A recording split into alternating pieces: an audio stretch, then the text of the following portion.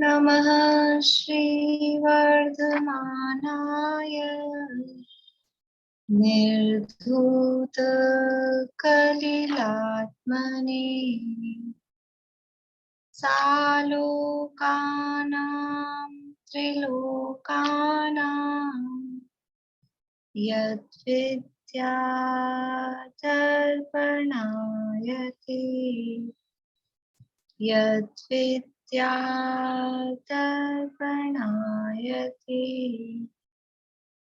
सकल पाप मल प्रक्षालक श्रीवर्धमान को करुण नमन लोकालोक प्रकाशित करने जिनकी विद्या है दर्पण जिनकी विद्या है दर्पण।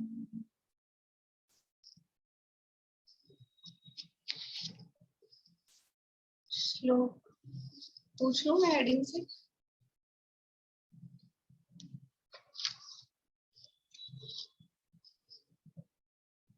गुरु मूर्ता का स्वरूप।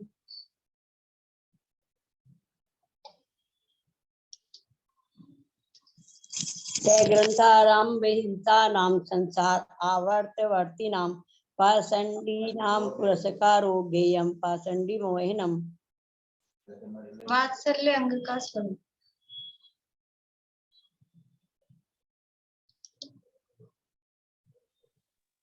स्वयुत्थान प्रति सद्भाव सनाथा पैतकेतवा प्रतिपत्तिर्यथा योग्यम वात्सल्यमभिलप्यते। आप्त के नामांतर।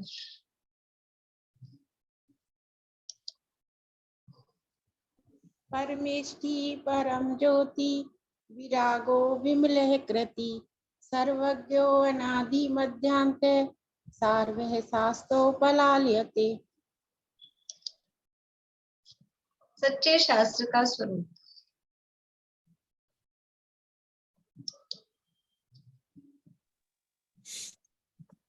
सच्चे शास्त्र का स्वरूप।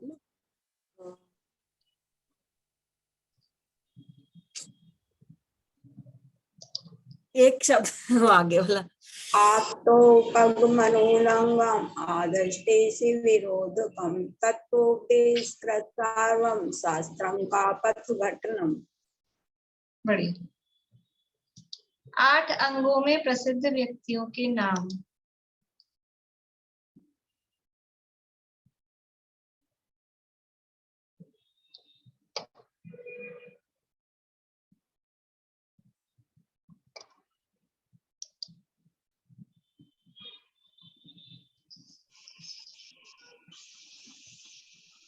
तावद अंजन चौरांगी ततोमति अनंत ततोनंतमति मति स्पिता उदायनस तृतीयो उदायनस तुर्येरपि तृतीयो उदायनस तृतीयपि। थोड़ा अर्थ ख्याल में लेंगे तो शब्द समझ में आएगा। तृतीय आएगा ना, 2 आ गए तो तृतीयपि। और तुरीय यानी चौथा। तुरीय यानी चौथा। उदायनस तृतीयपि उदायनस तृतीयपि तुरीय रेवती मता। ततो जिनेन्द्र भक्तो अन्यो वारिशेन ततः पर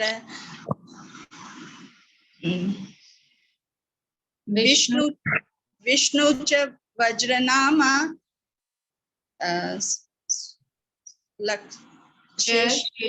लक्ष्यताम गताम। सॉरी, देखो अभी श्लोक दोबारा से बोलिए अच्छे से। तावदञ्जनचोराङ्गे तो अनन्तमति स्मृता उद्दायनस्तृतीयेऽपि तूर्ये रेवती मता। ततो जिनेन्द्रभक्तोऽन्यो वारिसेण स्ततः विष्णुश्च वज्रनामाश्च शेषयोर्लक्षतां गता। शेषयोर्लक्षतां गतौ। शेषयोर्लक्षतां गतौ। लोक मूढ़ता का स्वरूप।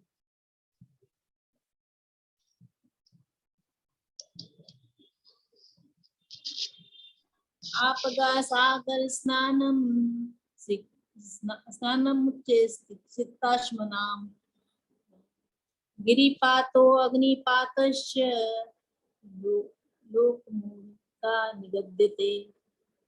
लोक मूढ़म निगद्यते। निशंकित अंग का स्वरूप।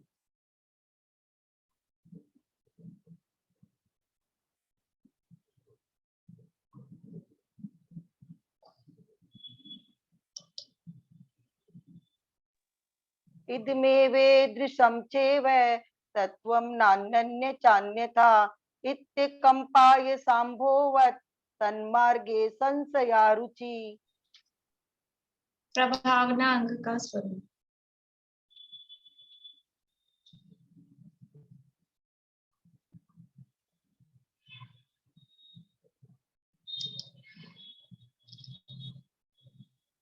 अज्ञानतिमिरव्याप्तिं पाक्रस्य यथा यथम जिनशासन महात्म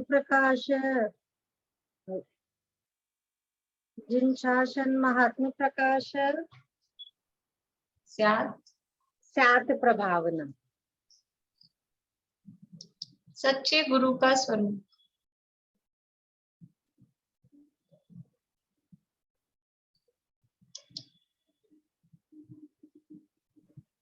विषय आशा वशाती तो निरारंभो परिग्रह ज्ञान ध्यान तपोरक्त तपस्वी सर्वश्रेष्ठ। निर्विचिकित्सा अंग का स्वरूप।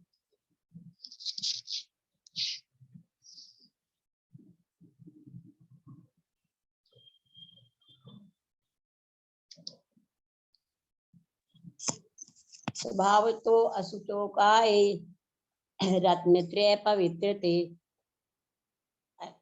निर्विचिक जुगुप्सा निर्विचिकित्सा निर्जुगुप्सा निर्जुगुप्सा निर्जुगुप्सा गुण प्रीतिमता निर्विचिकित्सा।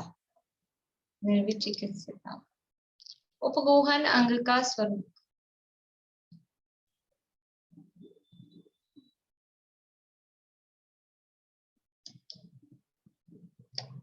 मीना चाची। स्वयं शुद्धस्य मार्गस्य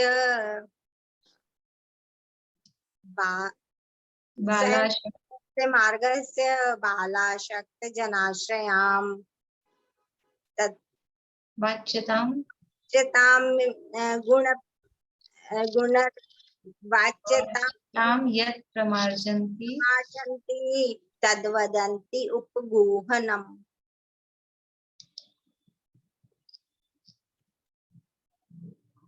अमूढ़ दृष्टि अंग का स्वरूप।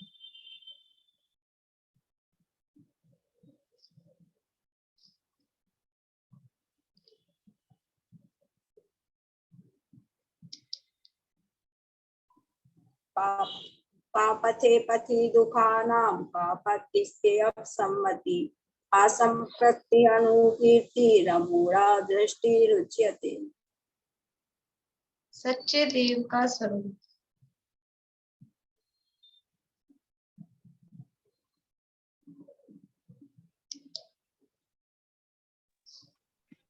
आप्तेनो छिन्न दोषेण सर्वज्ञानागमेशिना भवितव्य नियोगेन ज्ञानता याप्तता भवेत्। सम्यक दर्शन का लक्षण।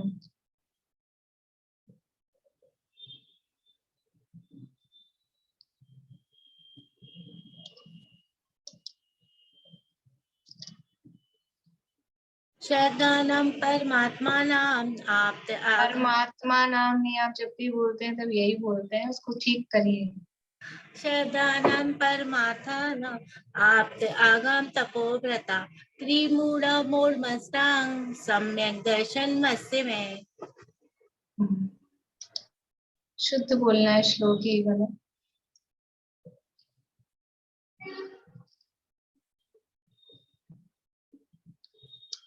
बोलिए शिलावती शुद्ध।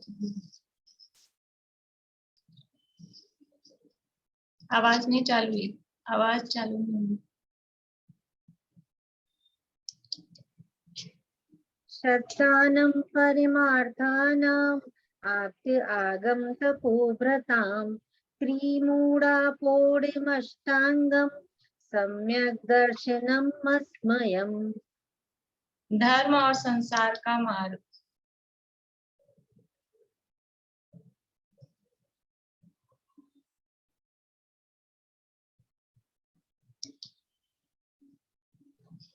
सदृष्टि ज्ञान वृत्तानि धर्मं धर्मेश्वरा विदु यदि ये प्रत्यनीकानि भवन्ति भव पद्धति। इतना ही करते हैं। रत्नकरण शावकाचार्य नामक ये ग्रंथ है और इसके अंतर्गत पहला अधिकार सम्यक दर्शन अधिकार की चर्चा यहाँ चल रही है और पूरे अधिकार में किसका वर्णन चल रहा है? 8 अंगों का, 3 मूर्ता का, 8 मद का, 18 दोषों का, ये वर्णन नहीं चल रहा है। वर्णन क्या चल रहा है पूरे अधिकार में? पूरे अधिकार में वर्णन सम्यक दर्शन का ही चल रहा है। ये जो वर्णन किया गया 8 अंगों का कि 3 मूर्ता का कि 8 मदों का, ये सब सम्यक दर्शन के रेफरेंस में ही कर रहे हैं, क्योंकि सम्यक दर्शन 8 अंग सहित है, 3 मूर्ता रहित है, 8 मद रहित है और सच्चे देवशास्त्र गुरु का श्रद्धान का नाम सम्यक दर्शन है। तो उन सब चीजों का यहाँ स्वरूप बताया जा रहा है। तो सम्यक दृष्टि जीव 8 मदों से रहित होता है, उसकी चर्चा अपनी चल रही है। श्लोक नंबर 25 है। श्लोक और पद्यानुवाद का पाठ करते हैं। ज्ञानम पूजाम कुलम जातिम बलम रिद्धिम तपो वपु अष्टावाश्रित्य मानित्वं स्मयम् आहुर्गतस्मया। पूजा ज्ञान जाति कुल रिद्धि तप बल और शरीर सुजान करना इनका गर्व रहो मद रहित मुनीश्वर कहते मान। जिनका मद नष्ट हो गया है ऐसे गणधर देव हैं, उन्होंने मद 8 प्रकार का कहा है। इन 8 का आश्रय करके जो मानीपना होता है उसे मद कहते हैं। किन 8 का आश्रय करके मानीपना होता है? कौन सी 8 चीजें हैं जिनका आश्रय करके मानीपना होता है? रजनी जी।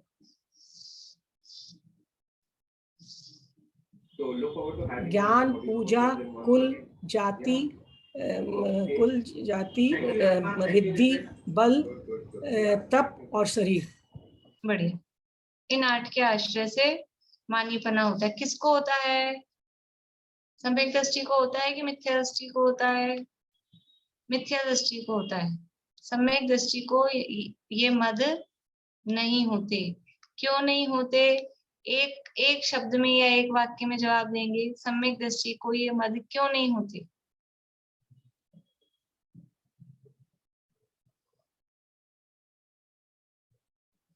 बोले निशी जी। क्योंकि उन्हें सम्यक ज्ञान होता है। ठीक है, सम्यक ज्ञान होता है। किसका सम्यक ज्ञान होता है? किस बारे में सम्यक ज्ञान होता है? बोलिए शशि जी। क्योंकि वो निर्दोष होता है, सम्यक ज्ञान दोषों रहित होता है। ठीक है, एक शब्द मैं रोज बोलती हूँ। बोलिए रेणु जी। उन्हें वस्तु स्थिति का ज्ञान होता है। हाँ, वस्तु स्वरूप का यथार्थ ज्ञान होता है। सम्यक ज्ञान होता है मतलब जो वस्तु स्वरूप है, वस्तु स्वरूप का यथार्थ ज्ञान होता है। वस्तु स्वरूप का मतलब है हर चीज, ये ज्ञान है कि पूजा है कि बल है कि रिद्धि है, इन सब, और जो द्रव्य व्यवस्था है, जो द्रव्यों का स्वरूप है, वो सब यथार्थ ज्ञान को होता है। सम्यक दृष्टि को सम्यक दृष्टि क्यों कह रहे हैं? क्योंकि वो वस्तुओं के परिणमन का उसको यथार्थ ज्ञान होता है। इसलिए जब वो सही बात जानता है तो फिर घमंड किस बात का करे? तो पता ही है सब कुछ क्या स्थिति है। और ये जिनके आश्रय से मानीपना किया जा रहा है वो कुछ भी मेरा नहीं है। घमंड तो उस चीज का किया जाए कि जो अपनी हो। पर ये जिनके आधार पे यहाँ घमंड की बात की जा रही है वो तो कुछ भी मेरा नहीं है, ऐसी वस्तु स्थिति का, वस्तु स्वरूप का उसको ज्ञान होता है, इसलिए उसको इनका घमंड नहीं होता। तो ज्ञान का, ज्ञानी है तो ज्ञान का मत तो होना चाहिए ना, हो जाए तो क्या दिक्कत है। लेकिन वास्तव में ज्ञानी होता ही वो है जिसको ये मद नहीं होते।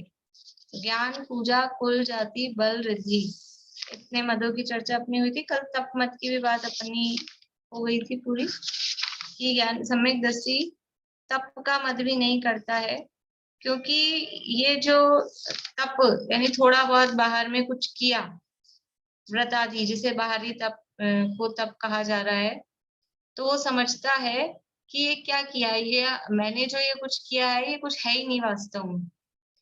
वास्तव में तो इच्छाओं के निरोध का नाम तप है। अभी मेरी पूरी इच्छाएं मिटी नहीं है, पूरी इच्छाएं रुकी नहीं है, और जो जो अपनी कमजोरी है उसको अपनी कमजोरियों का भी ज्ञान है। सम्यक दृष्टि ज्ञानी को अपनी कमजोरियों का ज्ञान है कि अभी मेरी कितनी आसक्ति कम हुई है, कितनी नहीं हुई है, कितना राग छूटा है, कितना राग नहीं छूटा है। तो जब जिसको अपने अंदर का भी, बाहर की वस्तु स्वरूप का भी पता है और अपने अंदर क्या स्थिति चल रही है उसका भी पता है, तो फिर जो व्यक्ति ईमानदार होता है, सज्जन व्यक्ति होता है, वो तो फिर झूठा घमंड नहीं कर सकता। जब उसको अपने अंदर की स्थिति पता है कि मेरे अंदर से अभी पूरा राग छूटा नहीं है, खाने पीने की पूरी इच्छाएं खत्म हुई नहीं है, विषय भोगों की भी पूरी इच्छाएं खत्म हुई नहीं है, यद्यपि विषय भोगों में सुख नहीं है ऐसी श्रद्धा उसको पक्की है, लेकिन फिर भी विषय भोग छूटे नहीं है अभी पूरे। अभी आसक्ति कितनी छूटी है वो उसका उसी को पता है।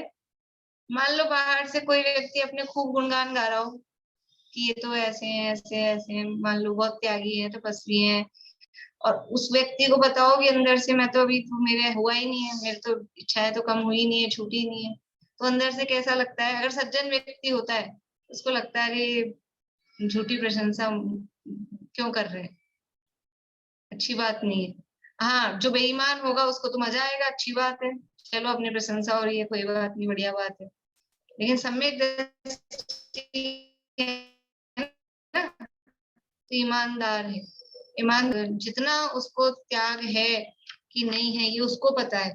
तो अंदर से कितना उसका प्रमाद गया, कितनी इच्छाएं गई, कितनी उसकी आसक्ति घटी, ये उसको पता है। इसलिए उसको ये जो बाहर में थोड़ा बहुत कोई व्रत आदि किया, कोई थोड़ा बहुत तप किया, तो उस तप का घमंड उसको नहीं होता। और अगर घमंड होता है तो वो तप हुआ ही कहाँ, घमंड हुआ तो तप होता ही नहीं है। तप और घमंड ये तो विरोधी है। लिखा है कि तप तो मद तो तप का नाश करने वाला है। जिसको तप होगा उसको मद नहीं होगा, और जिसको मद होगा उसको तप नहीं होगा, क्योंकि इच्छाओं के निरोध का नाम वो तप है। तो उसमें फिर ये घमंड की, मान की, मेरा नाम मान सम्मान हो, ये इच्छा उसमें नहीं होती है। वास्तविक तप क्या है कि अपने स्वरूप में कर्मों को जीतकर और अपने स्वरूप में लीन हो जाना, आत्म स्वरूप में लीन हो जाना, वही वास्तविक तप है। इसलिए ऐसे उस तप का मत तो सम्यक दृष्टि को होता नहीं। अब आगे है रूप मत, पेज नंबर 54 है, रत्नकरण शावकाचार, 54 नंबर पेज है। रूप मत, रूप मत को दूसरा नाम शरीर का मद, शरीर का मद भी कहते हैं, कि सम्यक दृष्टि को अपने शरीर का मद या रूप का मद नहीं होता। देखो एक बल मद आया था, बल मद में कौन से बल की बात थी? वो भी शारीरिक बल की बात थी। और यहाँ पर इसीलिए इसको रूप मद नाम मतलब ज्यादा अप्रोप्रिएट लगता है। शरीर मद कहते हैं तो वो बल भी तो शरीर का ही है, तो वहां शरीर के बल की बात थी, यहाँ शरीर के रूप की बात है। जो बलवान हो वो रूपवान हो ही हो, ये जरूरी है? जो रूपवान हो वो बलवान हो, ये जरूरी है? नहीं है। तो किसी को अपने बल का घमंड होता है, किसी को अपने रूप का घमंड होता है। तो शरीर बाहर में सुंदर दिखाई दे रहा है, अच्छी नाक नक्श है, लोग प्रशंसा करते हैं, आप सुंदर बताते हैं, तो इसका घमंड सामान्य व्यक्ति को घमंड हो जाता है कि नहीं हो जाता है? ये अपना रूप सौंदर्य देख के अच्छा गोरा भूरा रंग हो, फीचर्स अच्छे हो, और फिर 2-4 लोग प्रशंसा कर दें और कहीं कोई मिस वर्ल्ड और मिस यूनिवर्स ये बन जाए तो फिर क्या हो? तो वो ऐसा रूप का मत तो उन्हीं को होता होगा जो वही ऐश्वर्या राय, सुष्मिता सेन, जो ये मिस वर्ल्ड और मिस यूनिवर्स हैं। और किसी को तो नहीं होता होगा ना रूप का मत। अपने को तो नहीं होता है, अपन तो कुछ ही नहीं है, अपन तो मिस इंडिया भी नहीं, मिस जयपुर भी नहीं। अपने को थोड़ा ना रूप का मत होता है भाई। जिसको रूप हो उसी को रूप का मत हो। जिसके पास रूप नहीं है उसको रूप का मत हो सकता है कि नहीं हो सकता है? हो सकता है, हो सकता है, क्या होता ही है। मिथ्या दृष्टियों को तो मत होते ही हैं। जैसे जिसको ज्ञान है उसी को ज्ञान का मत होता है क्या? जिसको ज्ञान है उसको तो होता नहीं है। ज्ञान का मत किसको होता है? अज्ञानी को होता है। ऐसे ही रूप का मत, जिसको रूप है, सुंदर दिखता है वास्तव में ही, सुभग नाम कर्म का जिसको उदय है उसको तो हो सकता है। लेकिन जिसके दुर्भग नाम कर्म का उदय है यानी अच्छा रूप नहीं है उसको भी रूप का मद हो सकता है। काली कलूटी हो कोई स्त्री और अपने आप को समझे विश्व सुंदरी हूँ तो समझ ले और घमंड करे तो क्या दिक्कत है? कर सकती है। तो रूप का मद हो सकता है।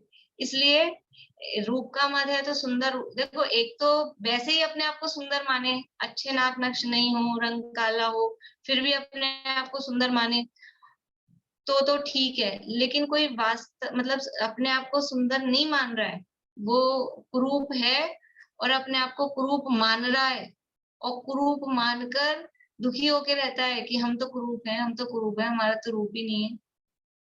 तो वो उसको तो रूप का मद नहीं है ना। जो अपने आप को कुरूप मान रहा है उसको तो रूप का मद नहीं है कि वो भी रूप ही। ये बाहरी शरीर के रूप को देख के मैं सुंदर कि मैं बदसूरत। अभी अपने आज शाम की है ना बेसिक क्लास, अभी चल रहा है प्रकरण सप्त व्यसन का। बताइए कौन सा व्यसन है? अपने को देख देख के सुंदर रूप वाला हूं मैं, ये रूप का मद करना कौन सा व्यसन है? बहुत अच्छा चैप्टर है ये। सभी लोग जिनकी मिस हुई हो सुनना, ये बहुत अलग डिफरेंट है। बस 1-2 ही हाथ खड़े हैं खाली। बोलिए सुनीता आंटी। सुनी नहीं आप लोगों ने? मांस भक्षण का मांस भक्षण है ये। अपने को रूपवान मानना, शरीर के रूप सौंदर्य से देह की मगनताई, यही मांस भकी वो। ये लिखा बनारसी दास जी ने।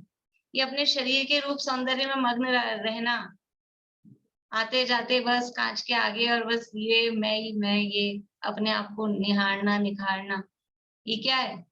अभी देखो, जो सुंदर है, गोरा भूरा रूप है, वो तो कांच के आगे जितनी देर लगाता है और जो बदसूरत है वो उससे 54 टाइम कांच के आगे लगाता है।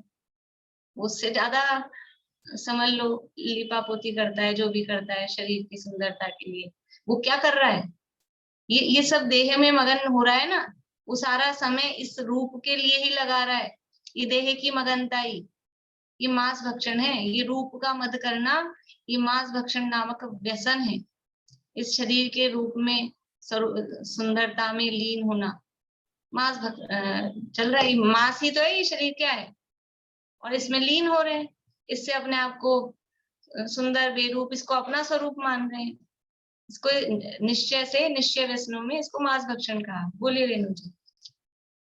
कोई क्वेश्चन पूछ रही थी मैम, ये मांस भक्षण कैसे होगा भाव रूप से? अरे आपने सुनी नहीं, क्लासे नहीं सुनी? मैंने सुनी नहीं। सुनना मैं सबको ही कह रही हूँ। मेरे को मालूम है नहीं सुनते सब लोग। ये वाली जरूर सुनना। मैंने तब भी कहा था जब चालू हुई थी क्लास, ये सप्त व्यसन वाली क्लास है। अभी तो 2 हुई है शायद। जरूर सुनना आप लोग, क्योंकि विषय आप लोगों के लिए नया होगा। और तो चलो फिर भी पढ़े हुए होते हैं। ये इसको मांस भक्षण कहा है। शरीर के में ये मांस ही तो है, ये मांस है और इसमें हम मगन हो रहे हैं। तो क्या कर रहे हैं? ये निश्चय से मांस भक्षण है। निश्चय व्यसनों का स्वरूप बताया वहां पे। बाहरी व्यसन तो सब समझते ही हैं, शिकार खेलना, जुआ खेलना, चोरी करना, परस्त्री गमन, वेश्या गमन, ये सब निश्चय से क्या है? शुभ अशुभ में हार, शुभ में जीत, यह द्यूत कर्म, देह की मगनताई, यही मास भक्ति वो। देखिए, तो सम्यक दृष्टि को पता है, सम्यक दृष्टि के जीवन में व्यसन नहीं होते, उसको पता है ये शरीर, देखो ये तो शरीर है, मुझसे भिन्न है, और ये जो रूप मिला है, ये रूप मेरा स्वरूप है क्या? ये शरीर का रूप, ये आत्मा का यही चेहरा होता है क्या?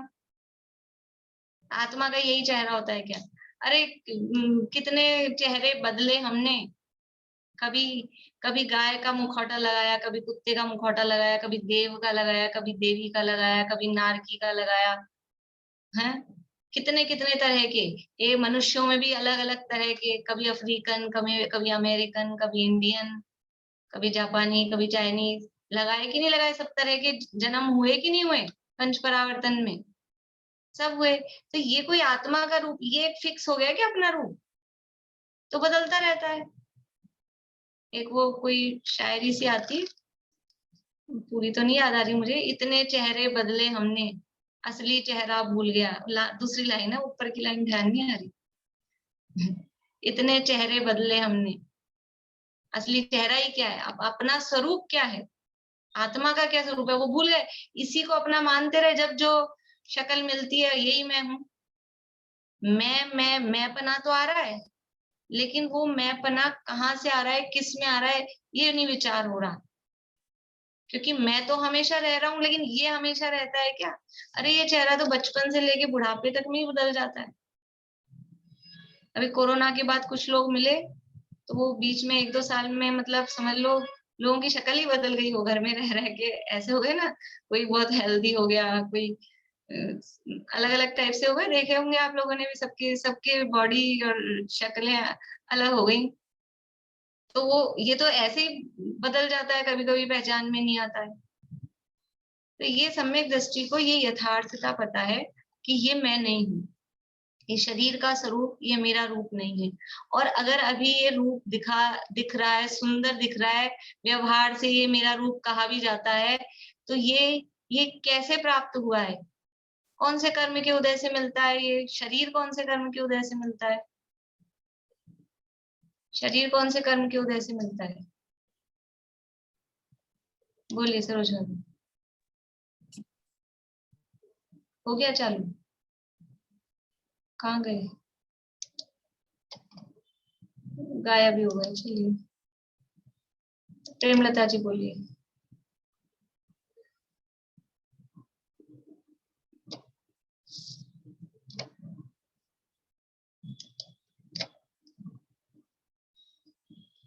कांता आंटी बोलिए।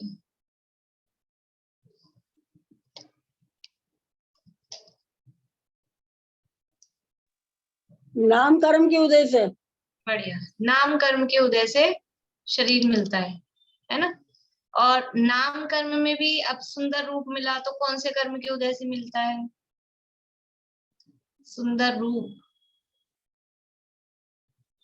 बोलिए रजनी जी। सुभग। सुभग नाम कर्म के उदय से, सुभग नाम कर्म के उदय से दूसरों को अच्छा लगता है, और अंग वगैरह सब अच्छे सुंदर हैं, बढ़िया दिखते हैं, वो कौन से कर्म के उदय से होता है? बोलिए रेणु जी। अंगोपांग नाम कर्म के उदय से। नहीं नहीं, अंगोपांग नाम कर्म के उदय से तो अंगोपांग होते हैं सुंदर। संस्थान संस्थान संस्थान नहीं, सुंदर अंग। बोली भारती आंटी। प्राशस्त्य विहाय गति। नहीं नहीं, विहायो गति तो चलने से संबंधित है, नाक नक्श की बात चल रही है। शुभ नाम कर्म। शुभ नाम कर्म, एक शुभ नाम कर्म होता है, एक सुभग नाम कर्म होता है। सुभग नाम कर्म के उदय से तो दूसरों को अच्छा लगते हैं, तो भले ही चेहरा कैसा भी हो, लेकिन दूसरों को प्रिय होते हैं, दूसरे चाहते हैं, तो वो नहीं। शुभ नाम कर्म, शुभ नाम कर्म की वजह से जो अंग आदि नाक नक्श वगैरह है वो सुंदर होते हैं, वो अच्छे होते हैं। किसी के शुभ नाम कर्म का उदय हो, चेहरा सुंदर हो, लेकिन दुर्भग नाम कर्म का उदय हो सकता है, लोग उसको चाहे नहीं। किसी के अशुभ नाम कर्म का उदय हो, नाक नक्श अच्छी नहीं हो, लेकिन सुभग नाम कर्म का उदय हो सकता है, लोग उसको चाहें। और किसी के दोनों एक साथ होते हैं, शुभ नाम कर्म का भी उदय है और सुभग नाम कर्म का भी उदय है। सुंदर भी दिखता है और लोग चाहते भी हैं। तो ये तो नाम कर्म के कारण मिला ना, सुंदर रूप है, ये शुभ नाम कर्म का उदय है। इसमें मेरा क्या है? नाम कर्म वो जड़ पौद्गलिक है, शरीर है वो जड़ पौद्गलिक है, ये मेरा स्वरूप नहीं है। ये मैं अनादि अनंत तत्व हूँ, और ये रूप और ये शरीर ये तो कितना है, 150 साल का है। अनादि अनंत कहाँ है? इसकी तो बहुत थोड़ी सी स्थिति है। तो ऐसी चीज का, क्षणिक वस्तु का घमंड समझदार लोग तो नहीं करते। जो क्षणिक है, टेम्परेरी है, उसका क्या घमंड करें। कहीं जाके हम तीर्थ क्षेत्र पे गए हैं और एक बहुत बढ़िया 5 स्टार होटल वाला जैसा वाला कमरा अपने को मिल गया, और कोई आदमी घमंड करेगी जैसे ये अपना घर हो। तो इसमें क्या घमंड करना है? टेम्परेरी है, एक दिन रुकना है, इसमें क्या फर्क पड़ता है। ऐसे ही ये क्षणिक है, तो इस क्षणिक वैसे भी अपना नहीं है, और जो अपना कहा भी जा रहा है व्यवहार से तो भी बहुत क्षणिक है। ऐसे रूप का जो सम्यक दृष्टि जीव है वो उसका घमंड नहीं करता, क्योंकि उसको वास्तविकता पता है कि ये इसका घमंड करना ये तो मांस भक्षण हो रहा है, ये व्यसन हो रहा है। इसलिए वो इससे दूर रहते हैं, उसको अपने इस शरीर के रूप का गर्व नहीं होता। देखिए पढ़ते हैं यहाँ से, 54 नंबर पेज है। सम्यक दृष्टि को शरीर के रूप का गर्व नहीं होता, क्योंकि वह अपना रूप तो ज्ञान में जानता देखता है, जिसमें सभी पदार्थों का यथार्थ स्वरूप दिखाई देता है। चेतन का रूप कौन सा है? चेतन का रूप, छड़ाला की लाइन बोलेंगे कोई? छड़ाला की दूसरी ढाल में है, बोलिए पूर्णिमा आंटी। चैतन्य को है उपयोग रूप, बिन मूरत चिन्ह मूरत अनूप। बढ़िया। चेतन का रूप क्या है? उपयोग स्वरूप है। मेरा स्वरूप क्या है? ये जो बाहरी, ये 2 नाक, 1 2 आंख, 1 नाक, 2 कान, ये मेरा रूप नहीं है, ये तो जड़ पुद्गल का रूप है। मेरा रूप क्या है? मेरी 2 आंखें कौन सी हैं?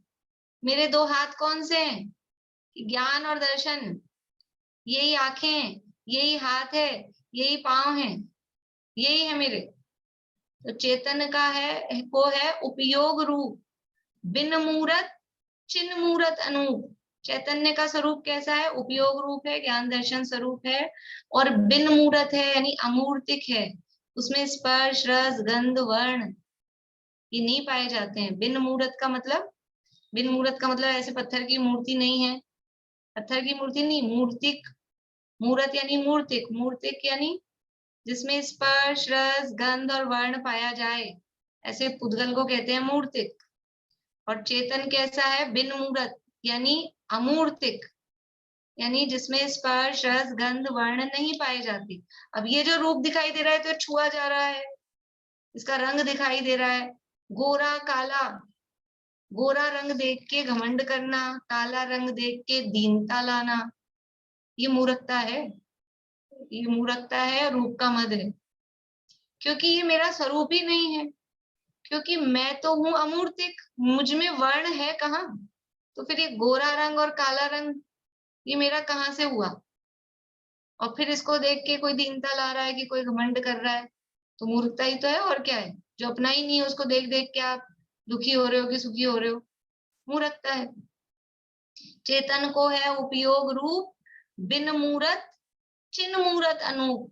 कैसा स्वरूप है? चैतन्य मूर्ति है, चैतन्य का बना हुआ है, चैतन्य का बना हुआ है।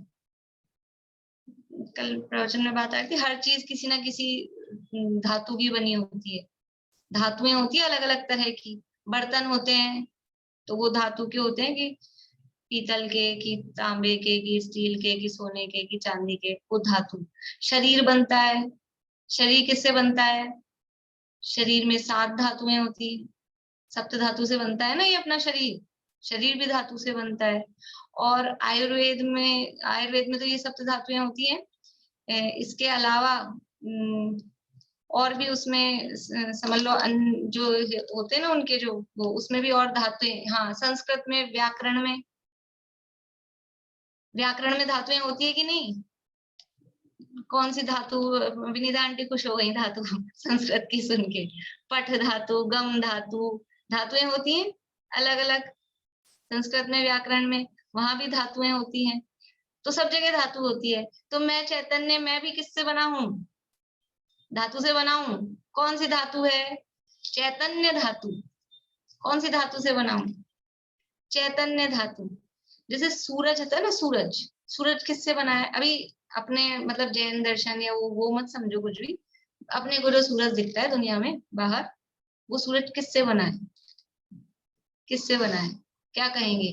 क्या कहा जाता है? सूरज है वो आग का गोला है, ऐसे बोलते हैं ना बच्चों को, यही तो सिखाते हैं। वो किससे बना है? कि वो पूरा वो आग, आग का गोला मतलब वो उष्णता, वो जो उसकी वो गर्मी है, वो उसका बना है। और क्या दिखेगा? सूरज के पास जाओ जाओ जाओ, क्या निकलेगा? वो किरणें किरणें, उष्णता वही मिलेगी ना, उसका बना है। चांद है वो किसका बना है? कि वो शीतलता शीतलता उसका बना है। ऐसे ही ये आत्मा, ये किसका बना है? किसका बना है? क्या निकलेगा? आत्मा किस मैटर का बना है? कपड़ा लेने जाओ, कोई चीज लेने जाओ, तो आजकल तो इतने नए नए टाइप की चीजें आ गई, मतलब ना वो प्लास्टिक होता है ना वो स्टील होता है, पता नहीं कौन कौन सी चीजें आ गई। तो अपन पूछते हैं किसका बना है, तो अलग अलग चीजें होती है। तो ये चैतन्य, मैं किसका बना हूं? मैं ये जड़ पुद्गल स्पर्श रस गंध वर्ण का मैं नहीं बना हूं, मैं बनाऊं चैतन्य धातु। चैतन्य एक धातु, क्योंकि धातुएं दुनिया में चलती, उससे चीजें बनती है, इसलिए उसको धातु की उपमा दी। चिन्मूर्त, चैतन्य मूर्ति। चैतन्य के अलावा आत्मा में ढूंढो क्या निकलेगा? चैतन्य के अलावा कुछ नहीं निकलेगा। एक वो बच्चे फुलाते हैं, एक वो साबुन की वो आती डिब्बी है, उससे वो फूंक मारते हैं, ऐसे बबल बबल, देखा होगा आप लोगों ने, आप बचपन में अपन ने भी किया होगा। वैसे फूंक मारते हैं, वो साबुन का कुछ बनाते हैं, फिर उसमें झाग, वो बबल ऊपर बड़ा बड़ा गोला बनता है, तो उसको पकड़ते हैं, फिर उसको पकड़ते हैं बच्चे, फिर उचक उचक के फिर पकड़ते हैं, तो क्या आता है हाथ में? उस बबल को पकड़ा तो क्या आया हाथ में? कि जिसका वो बना है वही आएगा ना। हाथ गीला गीला हो जाता है, वो सोचता है बॉल जैसा कुछ है, मुझे पकड़ में आएगा। किसका बना है? जैसे वो साबुन का पानी का बना है, तो वही उसमें हाथ में आता है। ऐसे आत्मा को पकड़ो, पकड़ो मतलब ज्ञान में, हाथ में तो पकड़ में आएगा नहीं। आत्मा किसका बना है? आत्मा कि ना स्पर्श मिलेगा, ना रस मिलेगा, ना गंध मिलेगा, ना वर्ण मिलेगा, कुछ नहीं मिलेगा। तो क्या मिलेगा? चैतन्य, चैतन्य भास रहे हो, चैतन्य के अलावा और कुछ नहीं मिलेगा। ऐसा चैतन्य मूर्ति हूं, ये सम्यक दृष्टि को पता होता है। तो फिर अब ये बाहर में कैसी आंख है, कैसी नाक है, इसकी ऐसी और उसकी ऐसी है, कुछ नहीं फर्क पड़ता है। ठीक है, जो है कर्म ने जैसा दे दिया। थोड़े दिन धर्मशाला है ये शरीर क्या है? ये शरीर एक किराए का घर है, एक ना एक दिन खाली करना ही पड़ेगा। किराए का घर होता है, खाली करना ही पड़ता है। ये शरीर अपना घर नहीं खुद का खरीदा हुआ, ये किराए का घर है। और किराए के घर में किराया कौन देता है? इसमें किराया क्या लगता है इसका? किराए के घर में रहेंगे तो किराया देना पड़ता है कि नहीं? प्रति समय किराया लग रहा है। क्या किराया लग रहा है? आयु कर्म रूपी किराया हर समय चुक रहा है। जिस दिन आपका किराया खत्म, उस दिन निकाल देते हैं शरीर से, बाहर जाओ। जितनी आयु है, जब तक आयु कर्म है, वो प्रति समय चुक रही है। ऐसा होता है ना, पहले पूरा एडवांस प्रीपेड है, पोस्ट पेड नहीं है, प्रीपेड है। पहले पूरा जमा हो गया है और एक एक समय उसमें से कटता जा रहा है। जिस दिन आपका बैलेंस खत्म, उस दिन आउट, निकलो यहाँ से।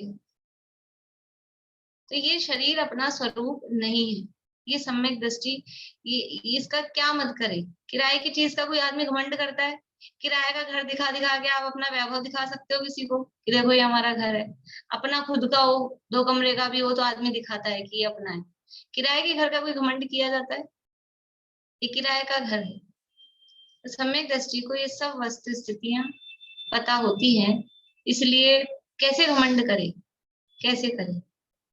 जो अपना हो तो घमंड करे। इसलिए बाहरी शरीर के रूप का उसको घमंड नहीं होता, क्योंकि वह अपना रूप तो ज्ञान में जानता देखता है। जिसमें सभी पदार्थों का यथार्थ स्वरूप दिखाई देता है। जो अपना ज्ञान दर्शन स्वरूप है उसमें अपना ही नहीं, सब पदार्थों का यथार्थ स्वरूप उसमें जानने में आता है। जिसने अपने को सही जाना उसने सबको सही जाना, और जो अपने को नहीं जानता है सही रूप में, वो किसी को सही रूप में नहीं जानता है।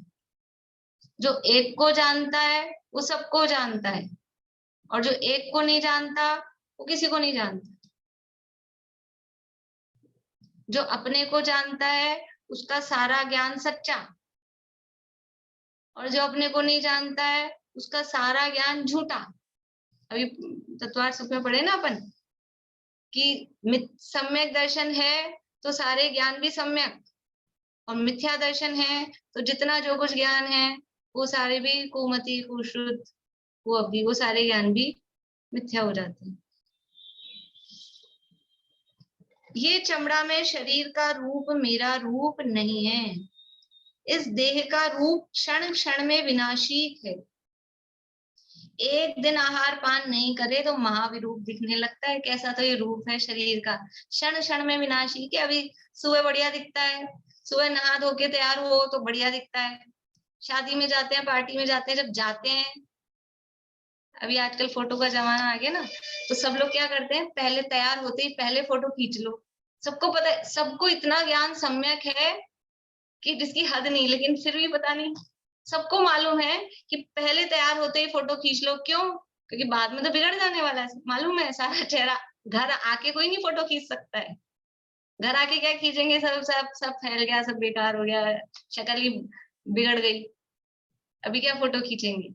सबको इतना सम्यक ज्ञान है, लेकिन फिर भी यहाँ ये विचार नहीं करते कि मेरा रूप नहीं है तो बिगड़ जाता है, ये मेरा रूप है क्या, इस क्षण क्षण में विनाशीक है। एक दिन आहार पान नहीं करे तो महाविरूप दिखने लगता है। एक दिन भोजन नहीं करो तो ऐसे लटक जाता है, बोलते चेहरा उतर गया, एकदम फेड फीका बिल्कुल, और खा पी के बढ़िया रहे तो जरा चमक दिखती है। ये तो इसकी स्थिति है। इस देह का रूप समय समय विनष्टता रहता है। यदि बुढ़ापा आ जाए तो महासूबला अभद्र भयकारी दिखने लग जाता है। वास्तव में अपने समझ लो संवेग भावना के लिए देखना चाहिए, वृद्धों को देखना चाहिए, उनके शरीर को देखना चाहिए, कंपैरिजन करना चाहिए कि ये बच्चे की स्किन और उस व्यक्ति का जवानी की स्थिति, और अब बुढ़ापा आ गया ऐसे, हाँ ये लटक जाती है, ये खाल लटक गए, इधर से लटक गए, सब कैसी स्थिति होती, कैसा दिखने लगता है। बच्चों को दिखाओ अपने पुरानी, देखो ये तुम्हारे बाबा की फोटो है पुरानी, उनकी जवानी की, ये इतने सुंदर, तो मतलब अब कैसे दिखने लगे, वृद्धावस्था में कैसे दिखने लगे, वो कैसा दिखने लगता है, डरावना लगने लग जाता है। दांत नहीं रहते मुंह में, सिर में बाल नहीं रहते, सारी खाल स्किन वो लटक जाती है, झुर्रियां पड़ जाती हैं, कैसा दिखता है। ये रूप मेरा है क्या? ये शरीर ऐसा, ये मेरा रूप नहीं है। मेरा रूप तो वो है जिसमें कभी वृद्धावस्था नहीं आती। कितना वृद्ध हूं मैं, कितना वृद्ध हूं मैं, अनादिकाल का हूं, इतना वृद्ध हूं, लेकिन वृद्धावस्था नहीं आती। और कितना कितना नया हूं कि प्रति समय, हर समय नई नई पर्याय उत्पन्न होती रहती है। तो मुझ में ना बचपना है, ना जवानी है, ना बुढ़ापा है, ये मेरा रूप नहीं है। यदि बुढ़ापा आ जाए तो महासूला अभद्र भयकारी दिखने लग जाता है। यदि रोग दारिद्र आ जाए तो किसी के देखने लायक, छूने लायक ही नहीं रह जाता है। किस किस तरह के रोग, कैसे कैसे रोग आते हैं, दुर्गंध आने लगती है शरीर में से, फोड़ा फुंसी, कुछ इस तरह की स्थिति हो जाए, अलग अलग तरह की, छूने लायक नहीं रह जाता है। इस रूप का गर्व कौन ज्ञानी करता है? कोई ज्ञानी तो ऐसे शरीर के रूप का गर्व नहीं करता है। अपने पास तो कहानी, मतलब प्रमाण है साक्षात कि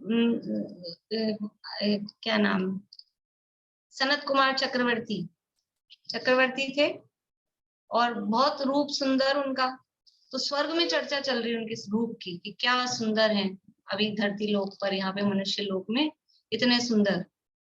तो दो देवों को लगा, जिज्ञासा हुई कि इतना कौन सुंदर है, हमारे देवों से भी ज्यादा कि इंद्र महाराज इनकी प्रशंसा कर रहे हैं।